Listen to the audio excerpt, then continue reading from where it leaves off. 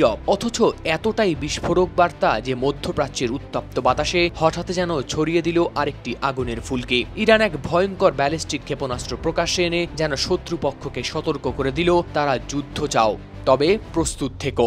এই নতুন ক্ষেপণাস্ত্রের নাম কাসেম বাসির। নামেই যেমন ভয়, তেমনি রয়েছে ধ্বংসের নিখুঁত ক্ষমতা। 4 মে রোববার ইরানের রাষ্ট্রীয় টেলিভিশনের এক সাক্ষাৎকারে প্রতিরক্ষামন্ত্রী জেনারেল আজিজ নাসিরজাদে সামনে আনেন এই ক্ষেপণাস্ত্রটি। তার দাবি, এই মরণাস্ত্রটি কমপক্ষে 1200 কিলোমিটার বা 745 মাইল দূরত্বে আঘাত হানতে পারে, তাও আবার একাধিক লক্ষ্যবস্তুর মধ্যে নির্দিষ্ট টার্গেটকে শনাক্ত করে। মার্কিন সংবাদ সংস্থা এপির প্রতিবেদনেও উঠে এসেছে এমনই তথ্য।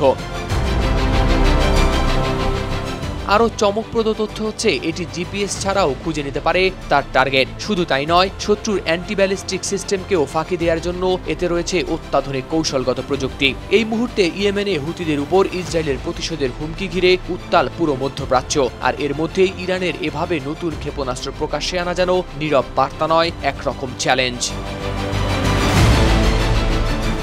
ইরানি মন্ত্রী সাফ জানিয়ে দিয়েছেন, যুক্তরাষ্ট্র বা ইসরায়েল যদি যুদ্ধ শুরু করে তবে ইরান একটুও পিছপা হবে না। তারা যুক্তরাষ্ট্রের ঘাঁটি, বাহিনী ও স্বার্থে যখন প্রয়োজন হবে তখনই আঘাত হানবে। তার দাবি, ইরান কারো সঙ্গে যুদ্ধ চায় না, কিন্তু নিজের নিরাপত্তা নিয়েও কোনো ছাড় দেবে না।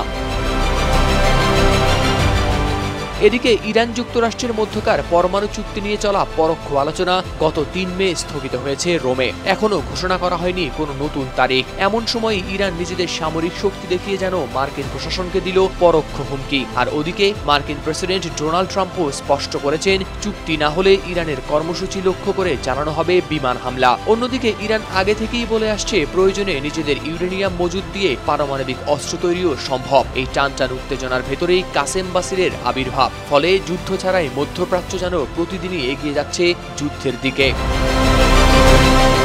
হাওলাদার শামীম, RTV।